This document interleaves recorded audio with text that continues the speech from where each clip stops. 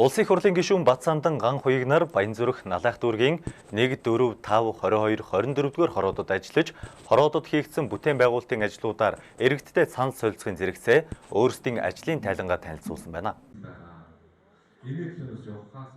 Өнгөрсөн жил Баянзүрх дүүрэгт хамгийн их бүтээн байгуулалт төрнөж зам талбайд эд бүтэц цахилгаан эрчим хүчний тоглолтол буурч, өрхийн амжиргааг дэмжих төсөл хөтөлбөрүүд хэрэгжснээр ажилтны иргэдийн тоо нэмэгдэж байгаа талаар уулзалтын үеэр гишүүд онцолсон юм а.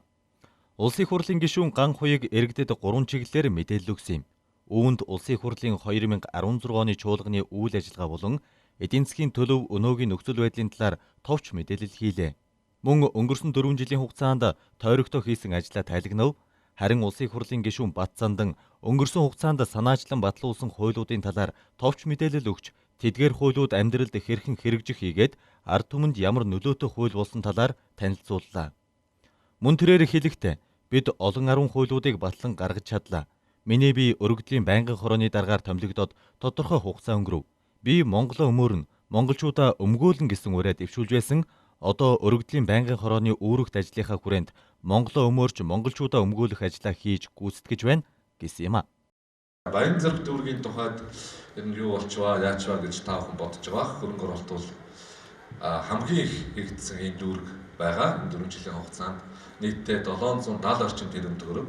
За энэ бол дүүрэг, нийслэл, улсын их хурлын гишүүд, иргэдийн лоббистийн хурлууд төвшөндөө хамтарч маш тийм идэвхтэй сайн ажилласан. За гадаадын зээл сурталчилгааг гэтэл 220 тэрбум төгрөгийн хөрөнгө оруулалт хийгджээ гэж.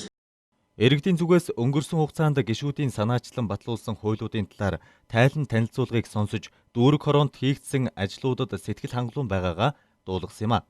Харин төсөв мөнгийг нь батлаад өгөхөд дунд шатны удирдлага болон дүүргийн засаг дарга харин ажлаа сайн тайлагнаж байх хэрэгтэй байна гэсэн юм а. Энэ Батархтай баригдах гэж байгаа эмнэлгийн тухай 1500 хүнд үйлчлэх эмнэлэг Монголд хэрэгтэй байгаа юм, манай Баянзүрхт хэрэгтэй байгаа. Надад Монголын залуучуудын нэгдсэн холбооны дэд тэргүүн Батбаатар 12 дахь хорооны чулуучийн задгаа дисэрт нь өргөдлөө өгсөн байна. Бусад газрын харин зарим нөхдүүд хулгай хийсэн байна гэдэг өргөдөл өгсөн байна. Үлдчихэж байгаа газрын. Тэр үлдчихэж байгаа газрыг чинь иргэдэд үлдээхэд төлөө би явна. Дарга нар авсан байгуул би буцааж авч өгнө. Ерөөсөө бидний зорилго бол нийтийн өмчийг хамгаалах чиглэлдэж байгаа. Одоо ирсэн орчин нь би улаан өмнөийг хэлмээр байна.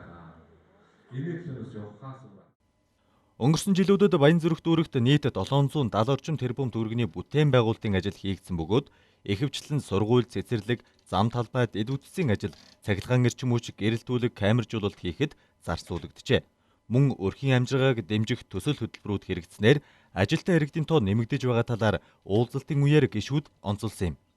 Налайх дүүргийн хувьд 2012-оос 2016 онд нийт 150 гаруй тэрбум төгрөгийн хөрөнгө оруулалт хийгдэж, иргэдийг орон сууцжуулах, зам талбайд эд бүтцийг сайжруулах бүтээн байгуулалтын ажилд зарцуулагдсан байна.